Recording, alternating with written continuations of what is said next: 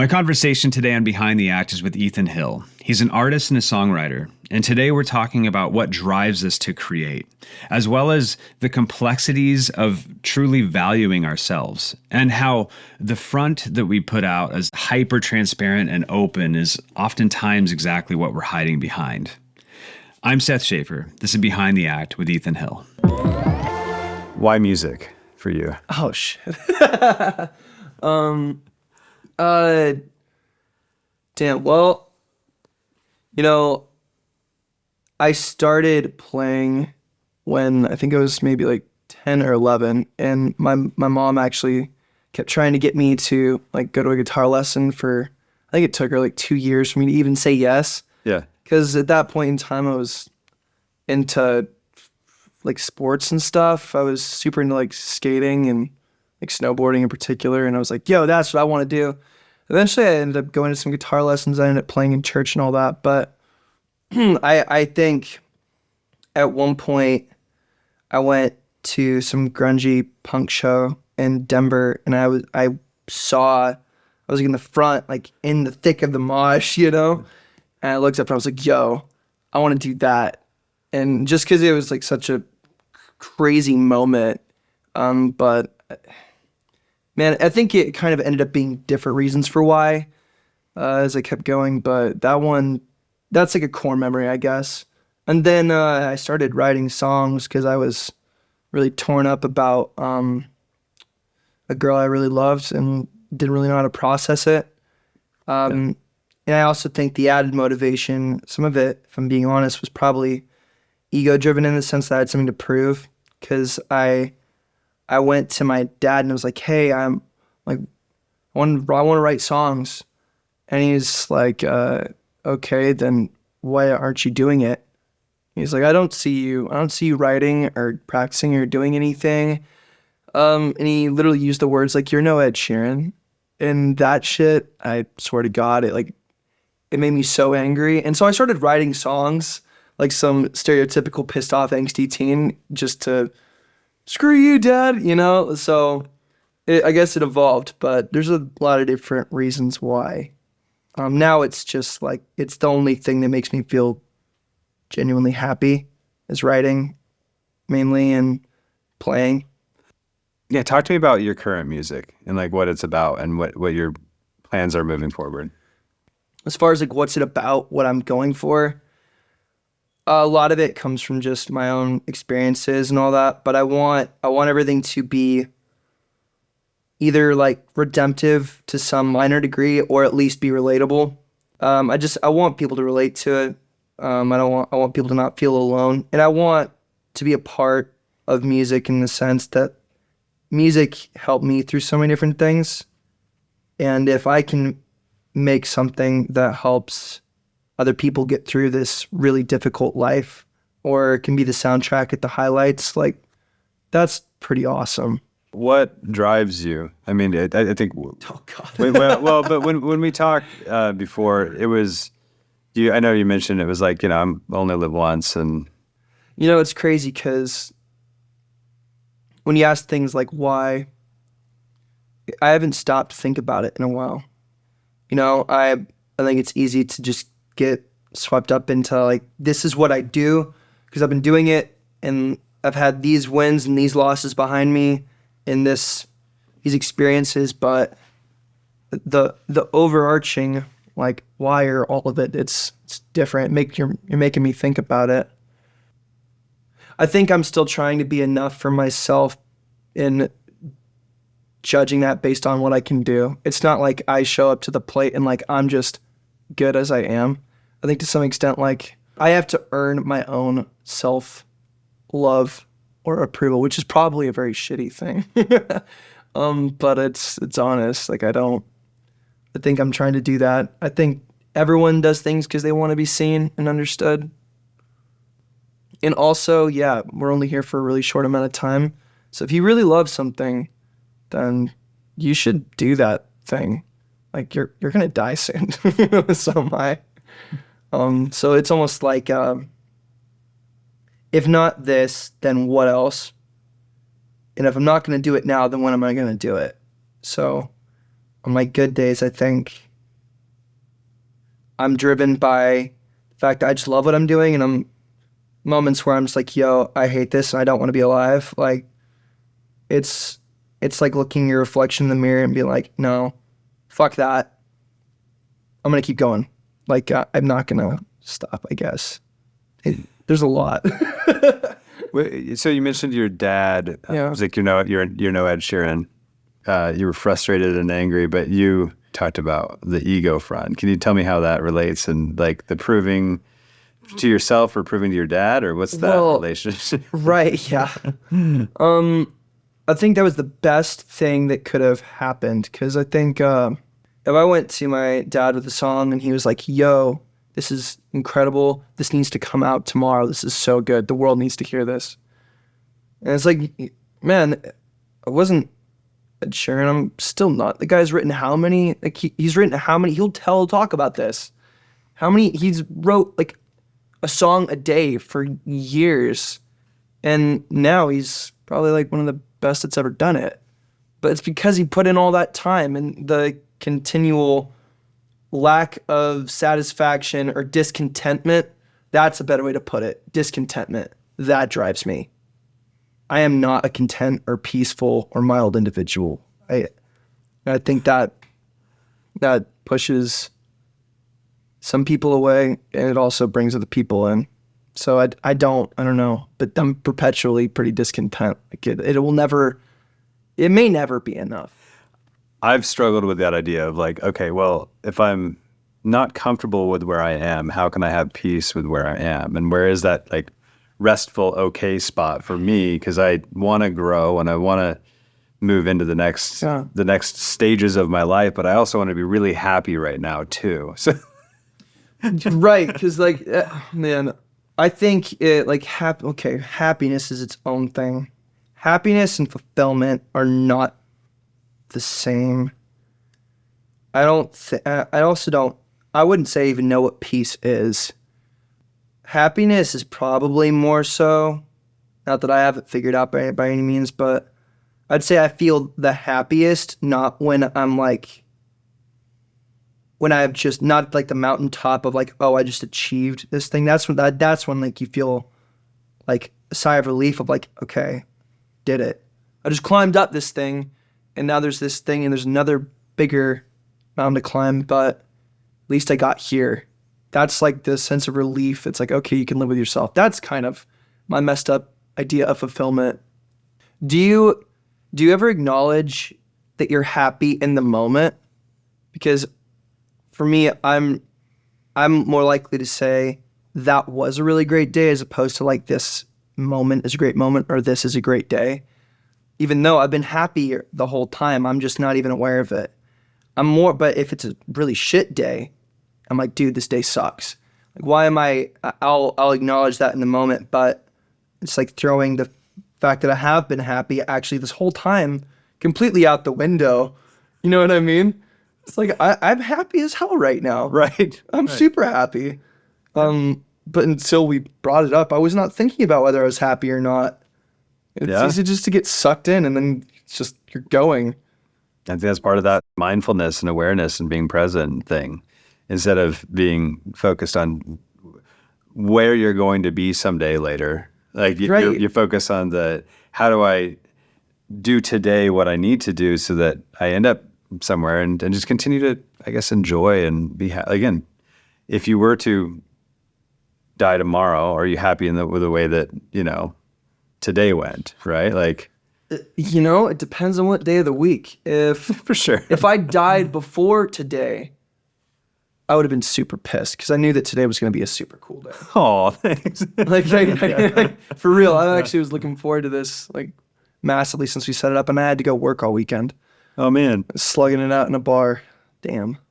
Yeah. I don't know. It's funny. I struggle with that because I feel like I have to do so many things that I hate doing to do the things I love, and it feels like it's actually at like a 50-50. I think as I probably grow, age, and maybe have more success and a little bit more stability, as I'm hoping to build, then I'll probably have a better ratio that I'm more happy with, if you want a beautiful yard, it means you have to mow your lawn like once a week. That hour of time is not bad in comparison to the rest of the week where you have a great yard, There's like, that's a small input of time. Whereas like, okay, I got to spend 3 days minimum working 8 hours plus 8 to 12 hours sometimes at a bar where people are shitty and rude. And I just come home sticky, smelling like tequila that I didn't even drink. That's not it. So that's your means to be able to do the music stuff. Right. And I even have found a way to enjoy that for the most part, but it's not the same. It's more like a acceptance as opposed to like a happiness. I would say like, I don't know, but then again, it's like you look back on it and you're like, that was a good day. Right. I'm not there at the bar like, yo, today is great. When I'm wanting to focus on music, having to travel to go film is annoying to me. When really I enjoy the process of filming and I love the people that I get to meet and hang out with. I actually really like traveling, but I hate being away from the family. So there is this juggle that I'm working through with therapy to try to figure out, why am I so annoyed at doing this other thing that I enjoy because I can't do this other thing that I enjoy.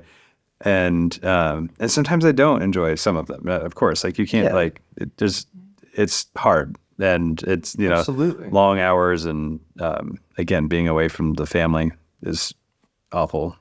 At least for extended periods of time, like that's not how I want to look back on things, Right. But I also need to find that place of peace, that be comfortable with it, enjoy the moments of it, do everything I can to remain connected while I'm gone, and then take advantage of the time when I am here to be connected. And I think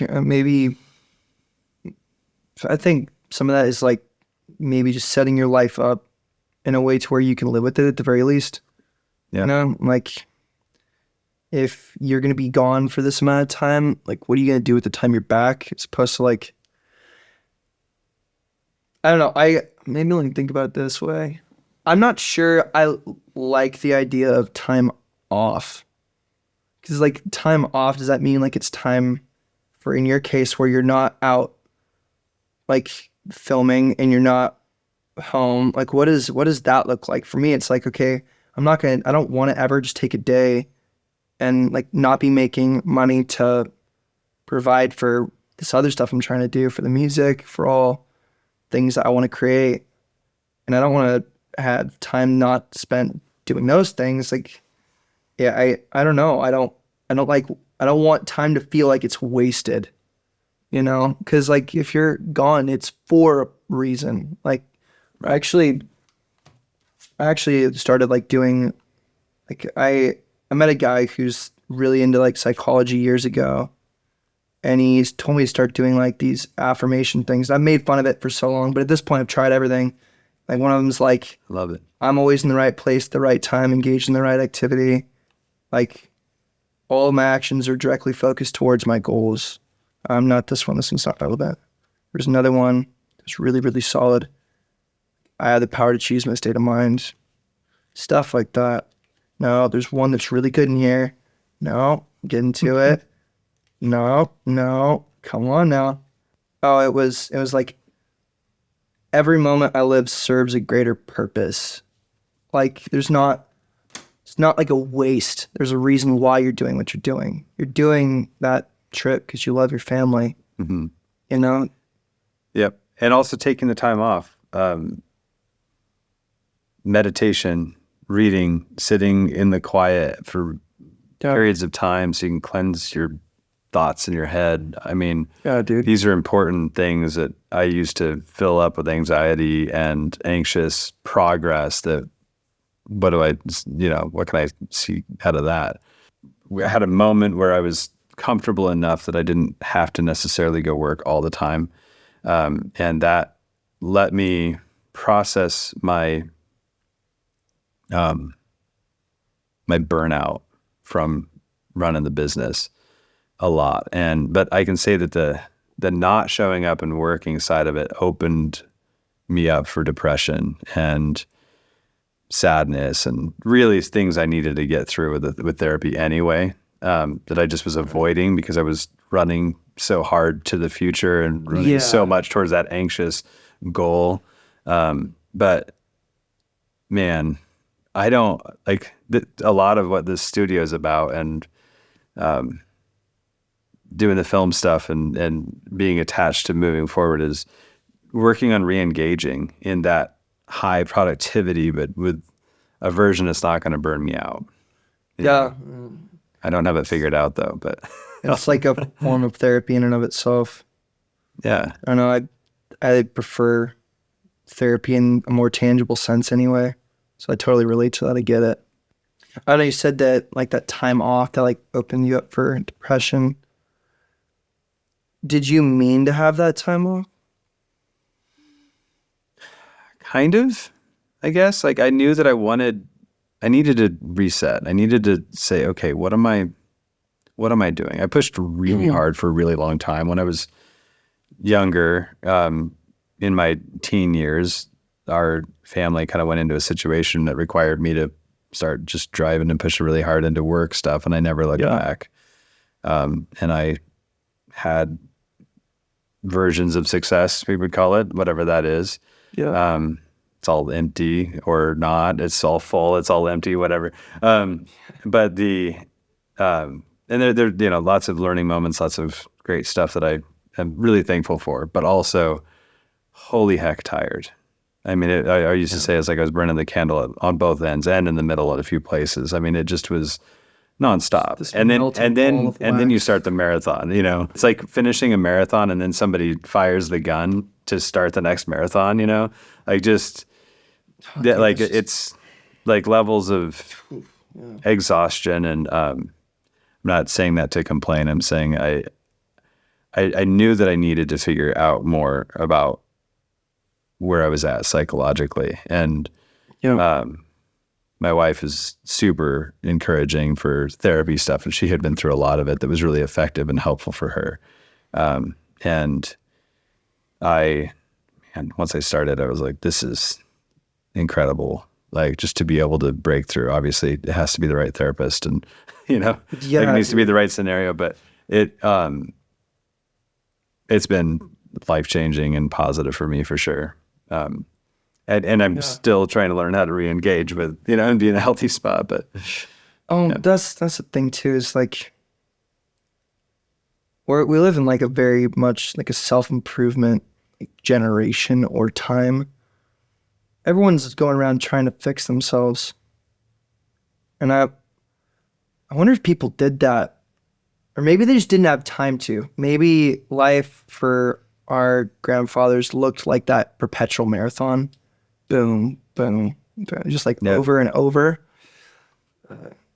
But it's almost like life is better than it's ever been. Why are we so much worse?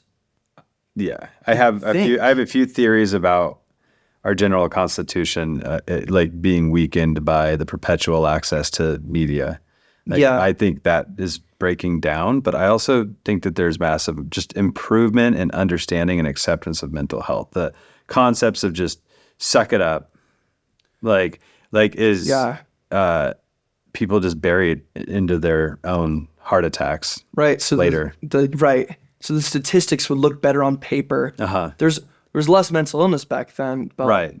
Supposedly. It's just because it wasn't documented. Which is actual bullshit. Yeah. Right? That's so insane. Yeah. Oh, sorry. I'm like way from the... Oh, that's fine. It's okay. It's so insane. Yeah. No, I think that the access to mental health services and even just understanding through psychologists, like the difference between the 90s and early 2000s and today are significantly better. Like, not the differences are better, that didn't make sense, but the improvement has been significant just even in the last 10 years, let alone 30 years or 80 years. I mean, I think the only thing that I do see as maybe it's not even a trend, but I've had conversations with people who are into therapy, and I think a lot of the time and this probably shouldn't be a blanket statement, and I don't mean it to be one, but I think a lot of times therapy, or maybe bad therapy, when it's always what happened to you, like what happened to you, and it's like, oh, this happened, and you just need to talk through that and process it. But then, like, if you never, like, looking at, like, in what ways am I the problem, then you're always, like, looking out at the world, how it's, like, blaming you as opposed to looking in and seeing how you're affecting the world around you. I don't know. I'm not a fan of, well, I say I'm not a fan of stuffing it down and shut up and be a man and all that, even though that's kind of the way I treat myself. But I see the flaws in that. I also don't think that we should coddle ourselves away from the cold hard truth. Yeah. Being a variety of different things. Does that make any sense? Yeah. You know, like I'd rather the painful truth almost break me. Like that bring me to my absolute knees, and then come back with something that I can do differently or better, you know? I guess just to speak directly to that, my experience has not been that in therapy. But I'm going to say that in the last, 6 to 8 weeks at this moment, I've been going through therapy to help me have a better understanding and relationship with the concepts of death, specifically attached to my dad's death. And my mom had a heart attack when I was in high school, but survived it. But there's a lot attached to the weirdness and the confusion at early ages, not understanding how to process that or even talk about it, like talking to you about it at all without just breaking into tears is a miracle from therapy. Because like I don't want to say I avoid it, but I guess I avoid it. I bury my head in the sand about the concept of like the fact that people that I love or me can die at any moment, and that's just literally the thing that we know we can guarantee about life. Like we know that death is a thing, but being able to process through that and access the kindness to my younger self, not as a different person, but just literally understand that was hard, but also pragmatically, like you say, the cold hard truth is that death exists, and I don't want to live my entire life of being happy around other people or not happy around other people in fear of this thing. Like instead, allow that to be the part of the motivation or something, not that I have it figured out. I guess I'm just saying that therapy has helped me open up different ways to think and process that. And right. That sounds really balanced. Super grateful. Too. Yeah. Like the acceptance maybe of that, or like you said, of like your younger self that like really felt that. Yeah. Those things, or just that maybe things you were feeling in that time, like having grace for that, not just like beating up the already broken internal child, or but also like equipping you to like deal with it and be the man you are today. You have a good therapist. I agree. Yeah, which is incredible. I feel like I've become an advocate and a champion for mental health and therapy and people to explore that on purpose, because people don't actively talk about it, especially men. And I basically never run into a group of men that when I start to bring up depression and anxiety and PTSD or therapy, that not almost every single one of them is like, yeah, totally. I've dealt with that. I deal with that. This is a thing. Like it's a breath of fresh air, because people need and want to talk about it. It's just weird to bring up, quote unquote. It's not, but it's not. You weren't told it was all right. Yeah. To do so. I mean, my friends there are a ton of them are in therapy and like looking for that and like completely open to the conversation of like, I suppose the whole mental health spectrum of different things people do. But I also look at like what was modeled, and it was very much like, I've seen my dad cry maybe 3 times. Right. Ever.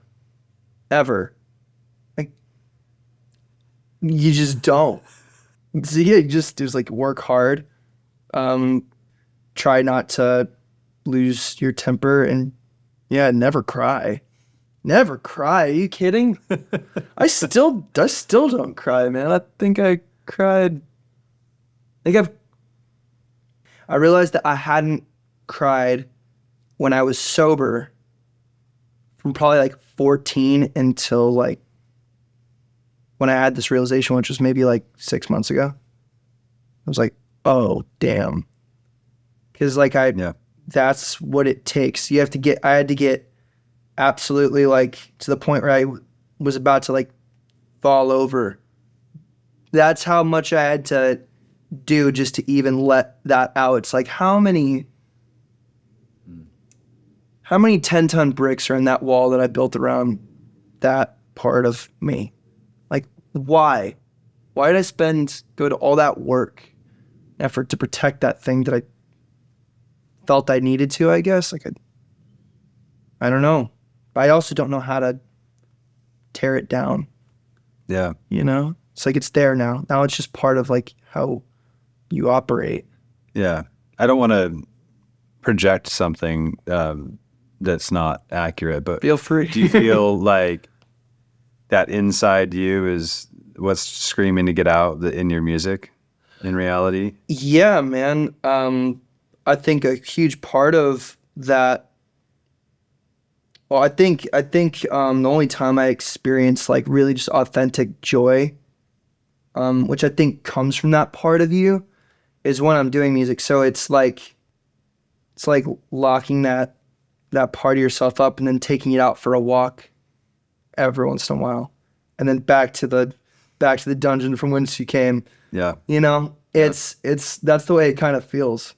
But when that's out, it's like I'm a different person, dude.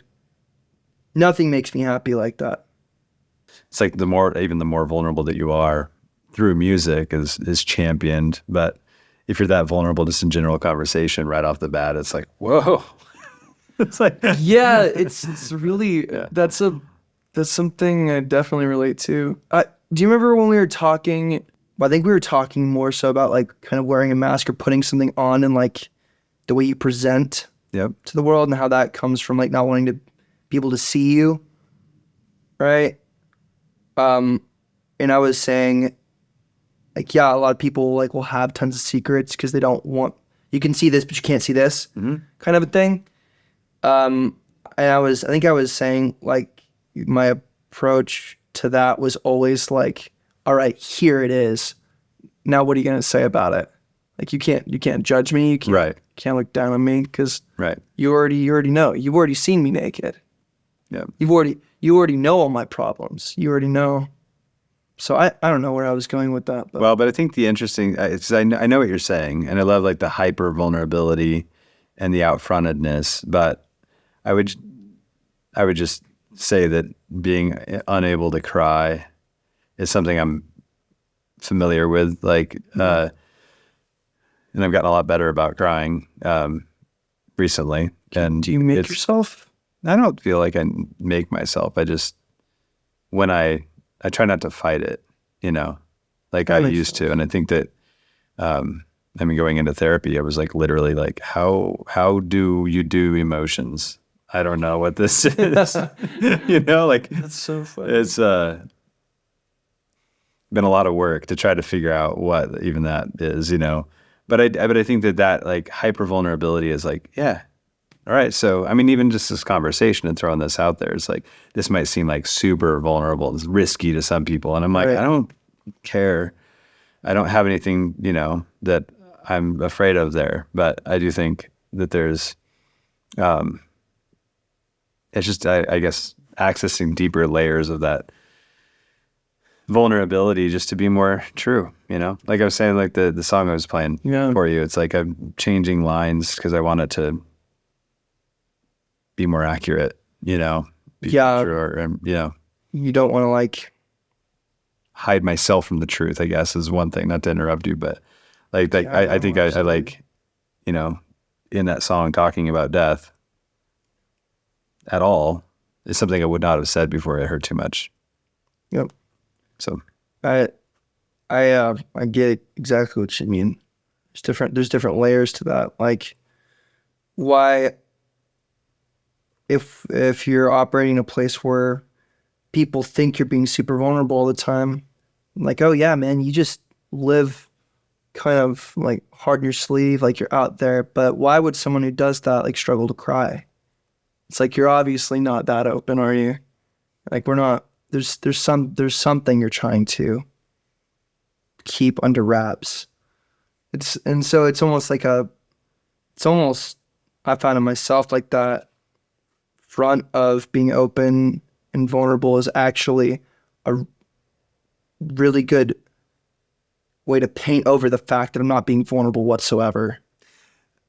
I wonder though if it's levels of access you don't yet have with yourself. That's also probably Like true. like that's probably what's keeping the barriers up, so that what you're presenting to the world, you are being vulnerable and open with those things, because that's but there's What you have. right, exactly, and that's fine. Moment. I mean, I think it's true for all of us though. And I think talking about the presentation or the mask that you throw on, I think that's a mechanism we all do on some level, no matter what. And the variations of how, I guess, calculated that is or experiential that is for each social situation is, different for everybody. But Everyone kind of does that though, right? yeah, I mean, To some extent. for me, I try to use it as a functional tool. That when I need it, it's a thing. I've got it, but I can also let down and have a conversation, and I mean, it's an act, right? Like just like singing or right. But what if it wasn't? I thought about that after. It's like, a lot of this is this kind of a functional tool that I'm using to get through and to present on a front end. It's like,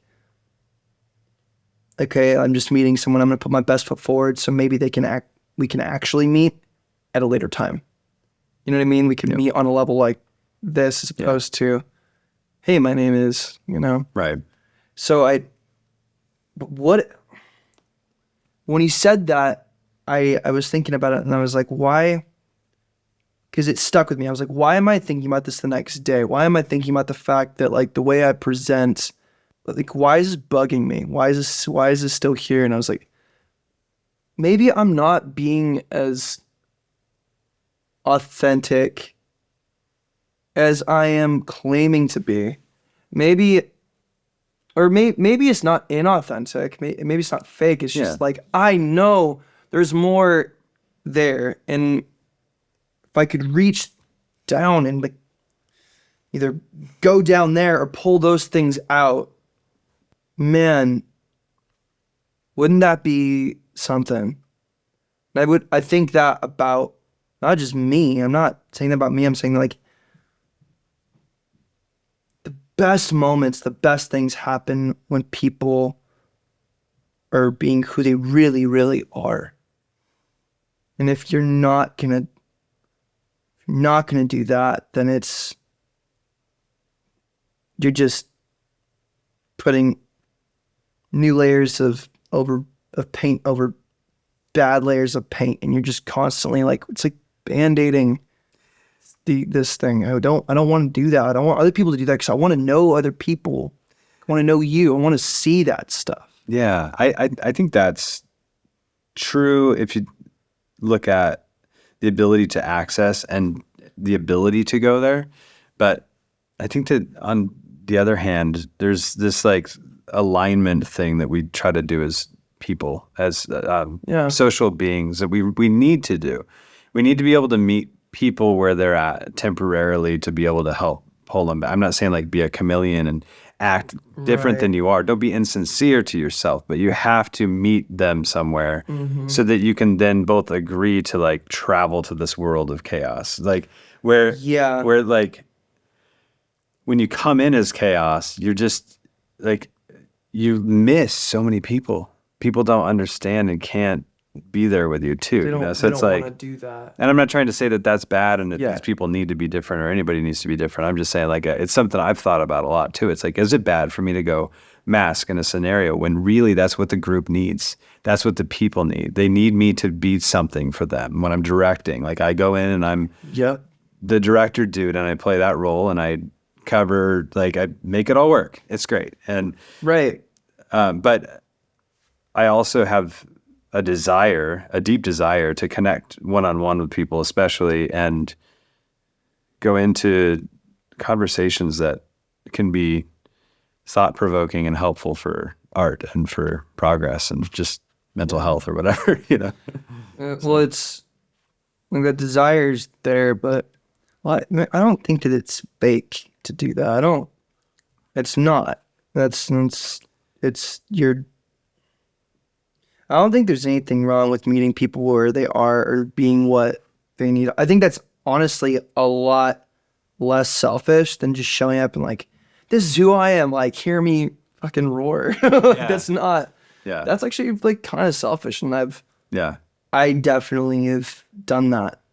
I think both extremes are though, because if you don't ever open up, then you're also not reciprocating the benefit of being real and being honest and having a meaningful, conversation. So I think it's like, if you go into a church or you go into a bar or you're at a music festival or whatever, like your stature at each one is going to be different, and it needs to be at the beginning. But then those conversations by the end of the time don't have to be any different, Right.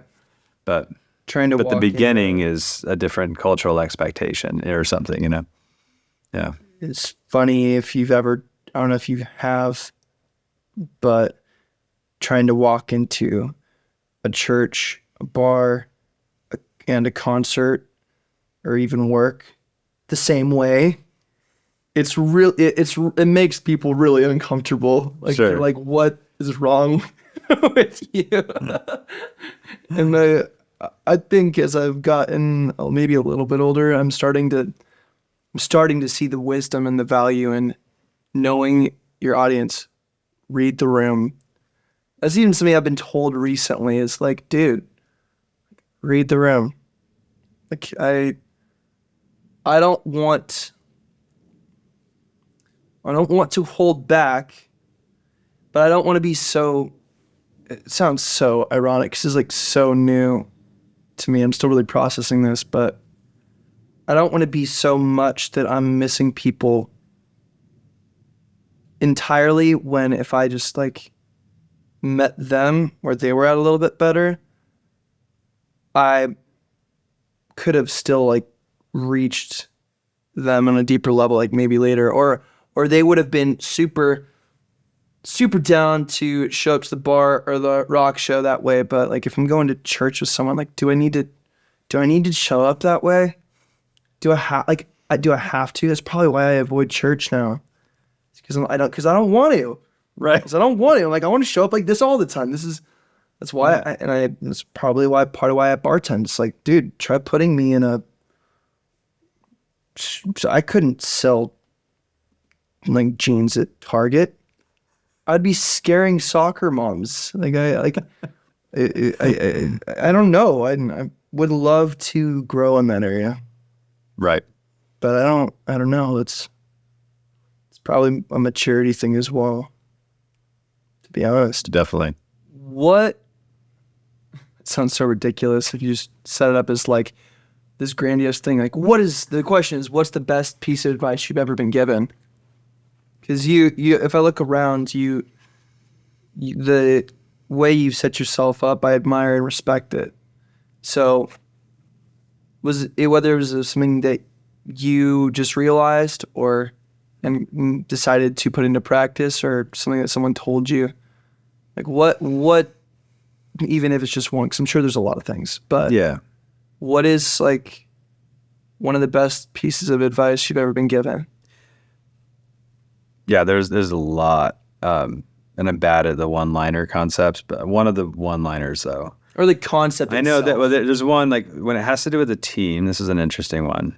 I'm going straight to business. It's not just life, but business for a second, Yeah. just to be like surfacey or whatever. But I was meeting with, interviewing the owner of a company called Monroe Pumps, and the CEO said, how do you put it? He said, no one ever wakes up in the morning and says, I really hope I do a bad job at work today. So he's like, it's up to management to help them do a good job. And I thought that was really, really insightful, because you work around people that you think are just trash, right? Sometimes Yeah. and you're like, well, these people just are miserable and hate life and whatever. And it's like, they don't want to be bad at work. They don't like, they might not want to be there, but they're not, their goal isn't to be bad at it. So I think knowing that people want to be respected and treated as equals, and that's a big one as far as business stuff goes.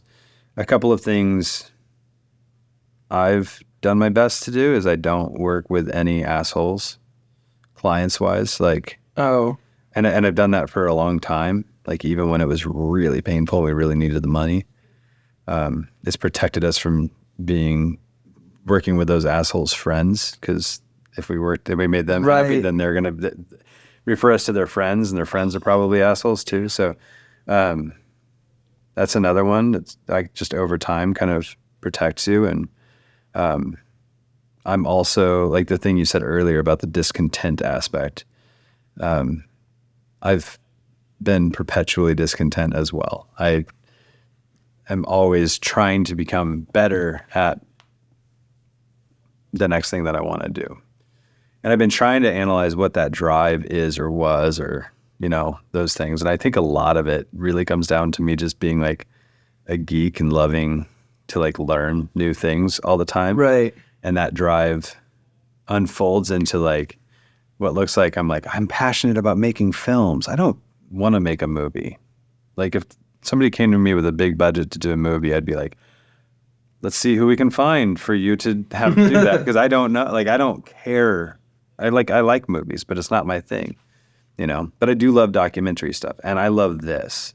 My favorite part about the documentaries that we do is the interviewing process with people, because I get to get down into the meat of stuff that's interesting. So, Right. and I guess the other thing is just like doing the right thing with people matters. Not that you're ever going to be perfect, but like when you make a mistake, like try to make it right and take care of people and be honest. And when you fall short, like just admit that you fell short. Don't try to protect yourself. Like that will protect you over time anyway, Because there's I feel like that's a moment to actually build a lot of trust, or maybe rapport with someone. Because if you make a mistake, people will start to not trust you in a sense. But if you own it, you're like, yeah, this is what happened. It was my fault. Here's what I'm gonna do about it. Dude, all of a sudden they're like back, and you're like, actually, now I trust this guy more.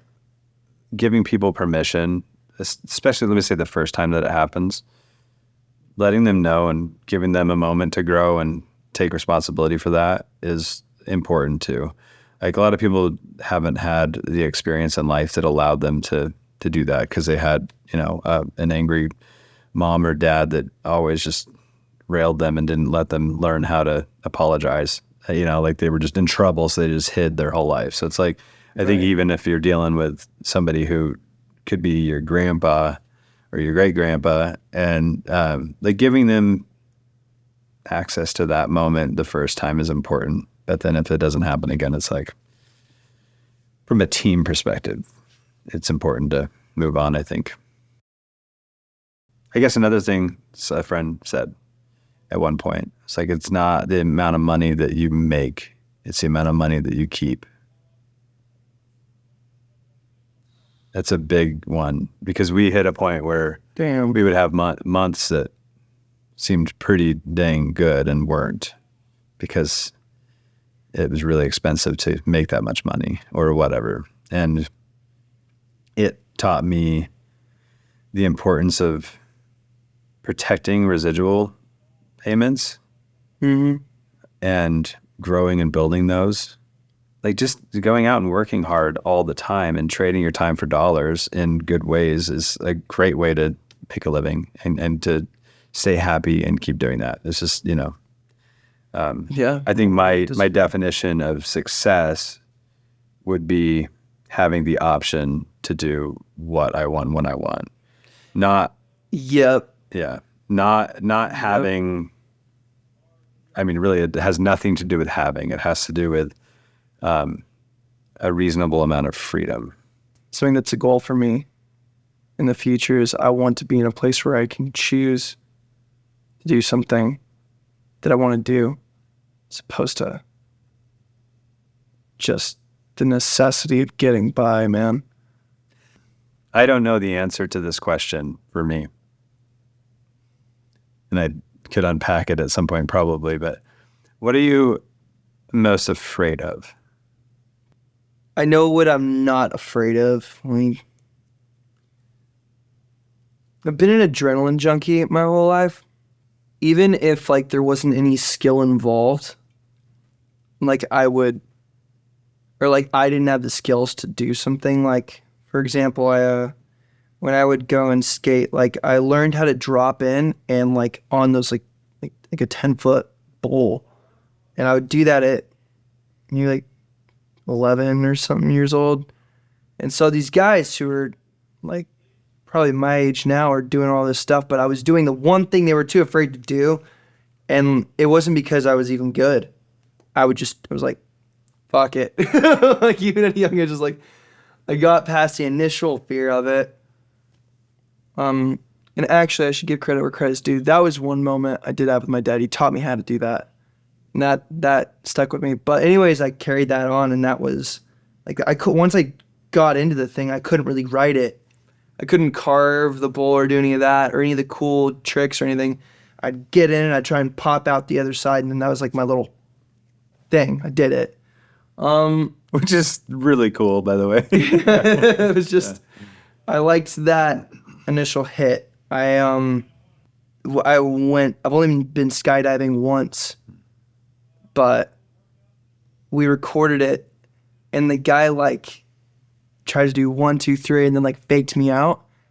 And I was trying to pull him out of the plane. I was like, let's go. So I know it's not the tangible things. I've been on top of cliffs, hanging off things. I'm not afraid of the physical kind of stuff. I've been I went surfing at an unnetted beach in South Africa where they filmed Shark Week is just out there.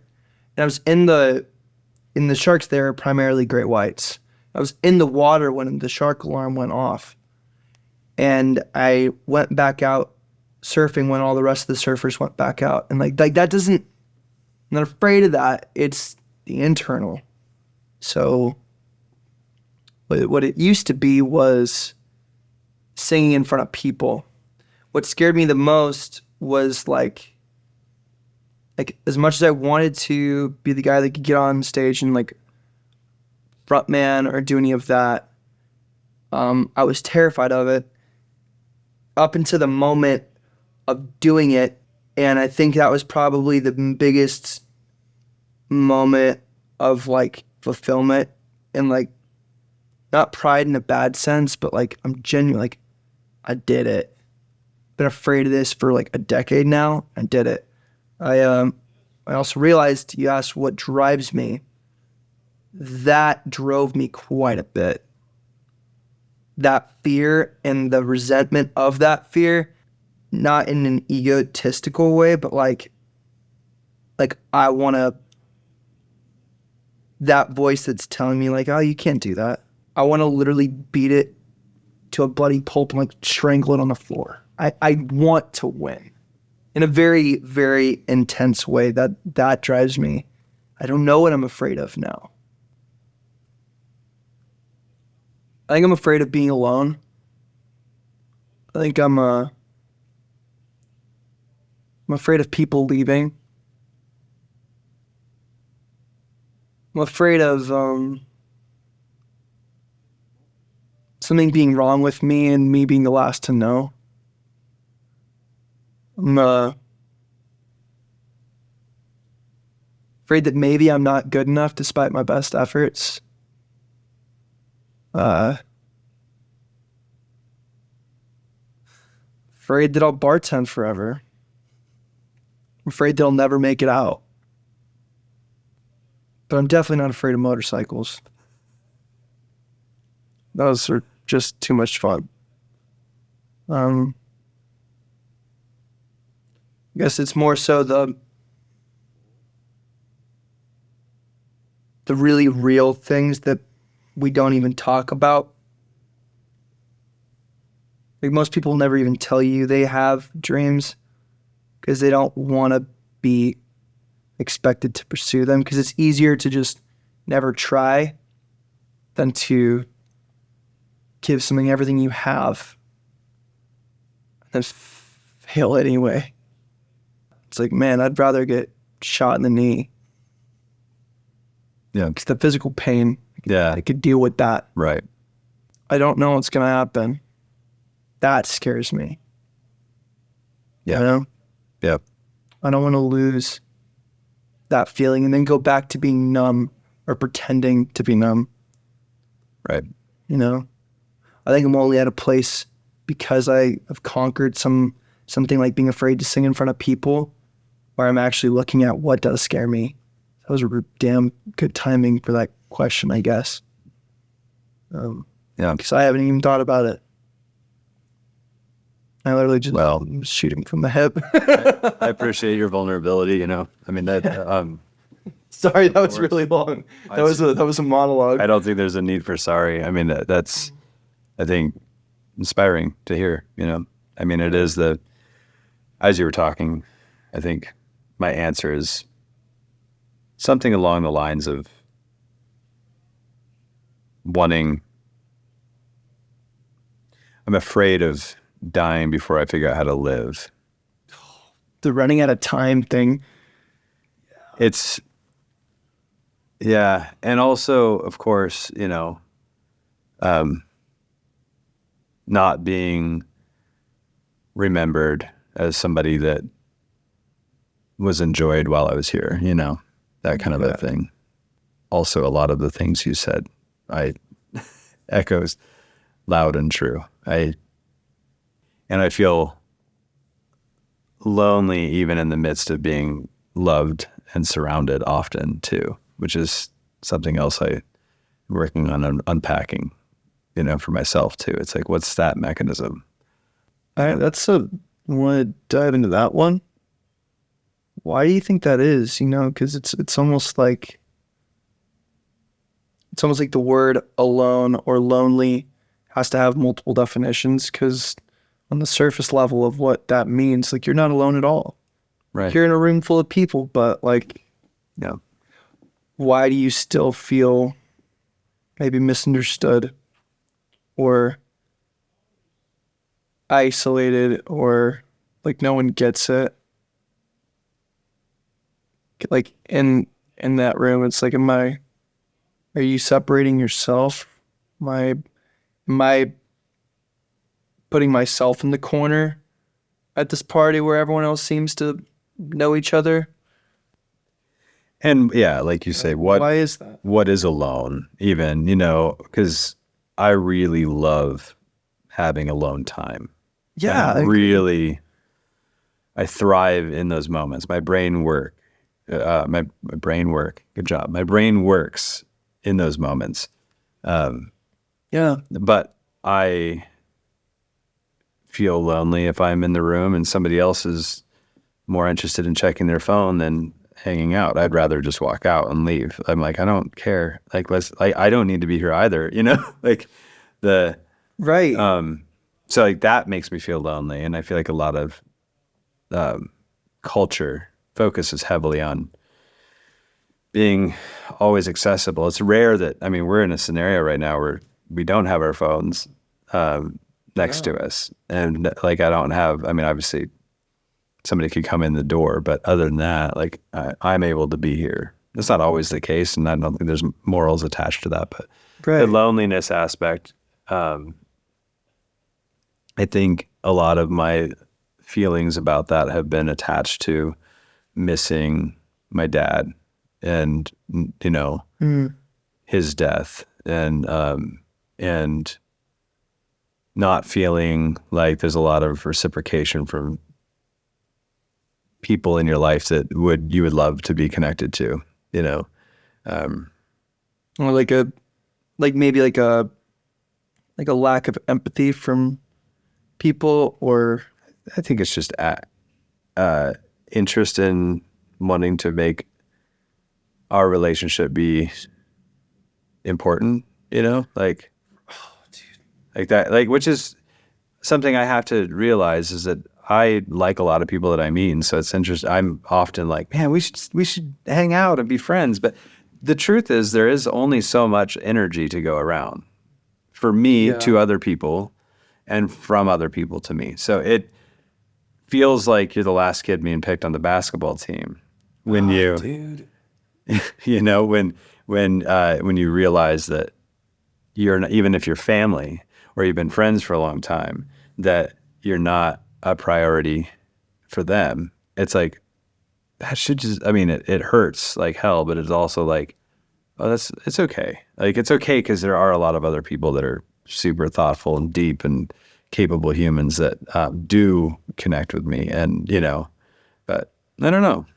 It's a weird one. Dude, that is such a just,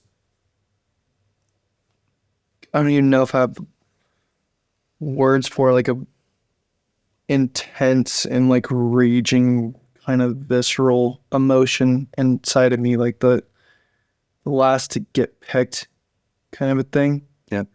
Like that. And that makes me sound like this. That makes me feel disgusted with myself because I'm like, why am I like, pick me right here, pick me. Like what? Yeah. I want your time. I want to hang out. Let's be friends.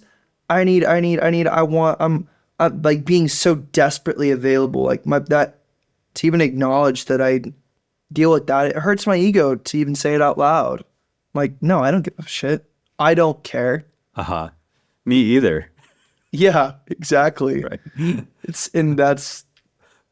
That's the crazy thing is fine, I don't need you anyway. Fine. Yeah. I'll do it on my own. Right. Fine. Me, myself, and I don't need anybody. Yep. And that mentality leaves you so lonely, even if you are surrounded. Because even if you have all those people, but you still are subconsciously operating, it's like, I don't really need, I'm good. Just pushing like your hands kind of just like away. Mm-hmm. You're like keeping people out. So it's a different way of that kind of wall. Well, it's your way of controlling the pain. So it's your power. Like you're taking control of a situation, pushing them away so that you don't have meaningful connections, so that you are the one in charge of the decision and not them. Yeah, I'm gonna not pick you because I don't know if you're gonna pick me. Yeah, exactly. So and I think backwards. I think it comes down to caveman brain. We have an inherent survival ability as a species because of our community and our social network. So that is so fundamentally important to us as humans or as animals, right? Like we have to be connected to a social group. We are not good individuals out in the forest for the most part. Right. So, but that pain is super real and scary and confusing. I think that something you said about the fear stuff that really hit me was like to not be wanted and to be the last to know or something like that. For something to be wrong with you. Yeah. And like no one tells you. And it's like so much deeper than like having like spinach in your teeth and no one telling you. It's like, hey man, this is why people actually don't like you and maybe resent you. And then going through years of that, not knowing, it's like if I just took that small piece of spinach out of the equation, maybe I could have changed that. And I don't know. I think in a lot of ways it's like maybe the pick me thing, the desire for that connection is like I don't want to miss out. Yeah, because life is short. Because all these things, like we all know that, like we all know that this crazy thing that we're calling life is so much more important than we're all pretending it is. Like, and we don't have it forever, and we're not gonna do it perfectly. It's an attempt. Like but to not even try, to pretend that you don't care, to constantly distract yourself, which I'm so guilty of. I just think I'm better than other people because I'm not doing it with my phone, but because I'm doing it with shit that I find productive. So somehow I take pride in that. Like and What it's ridiculous. What does doing it right even mean? Oh my God. That is such a good question. If you look at it like you were saying, like at a job, you're up for your review. We think you're doing great on these and these and these, and these are the areas you need improvement. Right.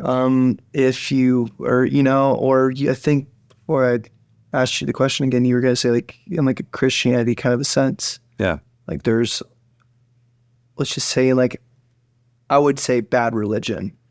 There's a lot of things like you do this and you do this and you don't do this and you don't do this. And if you manage to arrange all your do's and don'ts and your goods and bads in order, and bravo, and there you go. Now you've lived a good life. Maybe we'll make you a saint, or we'll build a big monument of you and put it in a park just so people can tear it down 100 years later. Like, right. He did it right. If you look at the people who are the greats, right? Like, we're both into music. So, for example, like, everyone idolizes, like, the whole Forever 27 Club thing. Like, Jimi Hendrix, well, he made all this great music. But, like, did he do it right? Is there even something that's meant to be? Right. Is there even, like living it right and almost asks, like, is there some bigger purpose? Because even if you look at people who are super successful in business, oftentimes really shit fathers. Right. Depending on whether you believe in heaven or hell or an afterlife, or even this, like, if there is like a way we're supposed to live, or a way that it's supposed to be, or a way that it should be lived right, who wrote the script on that? Depending on what you believe, it doesn't necessarily matter, but hypothetically, so let's say we do die and we go somewhere similar to like a heaven or whatever. The quote was, hell is one day meeting the person you were meant to be. Meeting the version of you that did live it right. And then you just look at that reflection in that of yourself, and it's so different. So whatever that version is, I think one of my bigger fears is like, damn, I want those to look as close as they can. Right. Because whether you're alive or dead, or whether we're eternal beings or whatever, I don't want to live with that. I don't want to die with that. I don't want any part of my being, soul, spirit, whatever we are, because I sure as hell don't know. Yeah. I don't want any part of that regret. Yeah. And so I don't know if I don't know how you do it right. but I sure as hell am interested in finding out. And if I don't get an answer on that, I'm gonna probably die in the attempt. I think the drive that motivates in you, and that excitement to go try to be that person that you would have to meet in this proverbial hell, is great. I would, on the same plane, remember to be nice to yourself, be your own friend, and take care of yourself. That's hard. I know, but I'm saying it to me as I'm saying it to you. It's like that drive and fear of failure and fear of imperfection and fear of not hitting, I guess, some elusive destination of success. Like, it can be motivating, but it's also a really great way to be super unkind to yourself and not give yourself the same amount of empathy as you would give to somebody that was literally you, just in another body, like.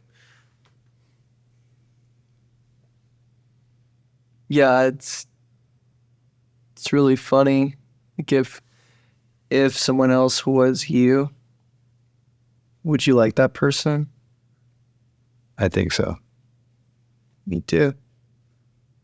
Why do we hate ourselves? No. Whether you do or not, or whether you've experienced that, like. I've had lots of experience with that. Yeah. Why are we so damn hard on ourselves? Yep. Like, if I was someone else, on a surface level, even like listening to the stuff that I've written or done, I was looking at me at being someone else, I think I'd actually dig it. I think I'd actually be like, yo, that's really cool. I'd probably be more interested in listening to my own stuff if I was someone else listening to it. Because it's me, I cringe at my own stuff. That's just the surface. Right. Like, here's a question. but I want to hang out with myself. Would you be threatened by yourself? Where are you getting these, dude? What books are you reading lately? Damn, you didn't. Would you be Oh my god.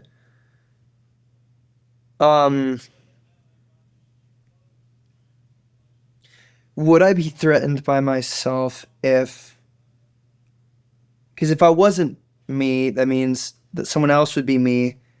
So then who am I if I'm not me? It depends.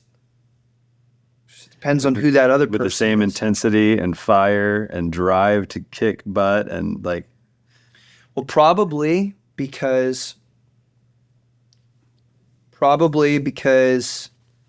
even though hypothetically we'd both be just as intense and have very similar mindsets and flaws and strengths, neither one of us would really know that.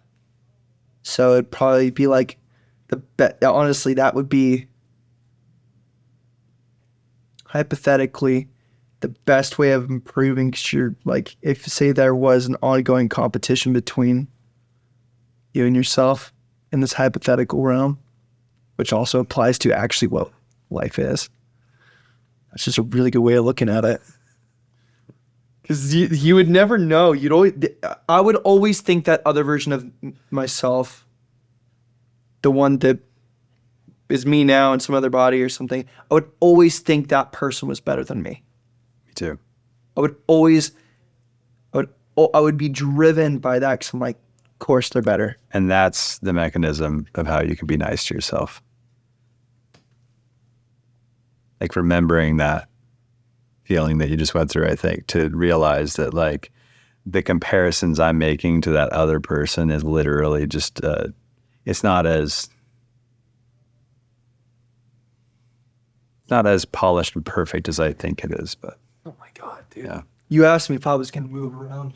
You asked me if I was going to move around a lot, and I planned on just sitting here all stoic, and now you have me writhing in my I love it. comfy suede chair. Yeah. Oh my I love it, dude.